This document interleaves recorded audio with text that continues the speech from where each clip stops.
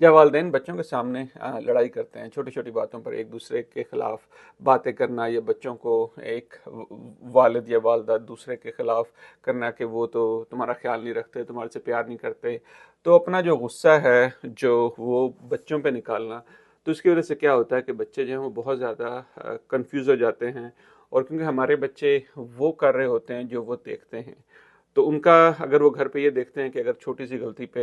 पापा ने मामा को डांटना शुरू कर दिया, या छोटी छोटी बात पे गलतियां निकालनी शुरू कर दी, बुरा भला कहना शुरू कर दिया, या ये जताना शुरू कर दिया, देखो जी मैं कितनी मेहनत करता हूँ, सारा दिन काम से बाहर रहता हूँ, घर आता हूँ तो मेरा यही होता है कि बच्चे थोड़े स्कूल में हों, उनके नंबर अच्छे हों और ये चीज़ें, और जब ये नहीं होती तो आपस में मतलब हर चीज़ का मुर्द इल्ज़ाम माँ को ठहराना, तो इससे ये होता है कि बच्चे के अंदर ना सिर्फ माँ की बल्कि बाप की इज्जत भी कम हो जाती है। तो इसलिए ज़रूरी ये है कि हम आपस में घर में एक बहुत सुकून माहौल रखें। और अगर खुदा ना खास्ता कभी कुछ ऐसी बात हो भी जाए, हम इंसान हैं, कि अगर वालिदैन की आपस में लड़ाई हो भी जाए, तो बच्चों के, अगर वो बच्चों के सामने होती है, तो बच्चों के सामने एक दूसरे से अपोलोजाइज़ करें, क्योंकि हमें अपने बच्चों को ये समझाना है कि हम इंसान हैं, गलती हमारे से हो जाती है, लेकिन गलती के बाद एक दूसरे को माफ़ करना और उस गलती से सीखना भी जो है वो इंसानियत की एक, आप यूँ समझ लें कि एक सीखने का एक मरहला है। तो जब बच्चे देखते हैं कि अच्छा वालिदैन नाराज़ हो गए लेकिन फिर एक दूसरे से माफ़ी मांग ली, तो वो ज़िंदगी में एक बहुत अच्छा सबक सीखते हैं कि एक तो गलतियों से डरना नहीं है,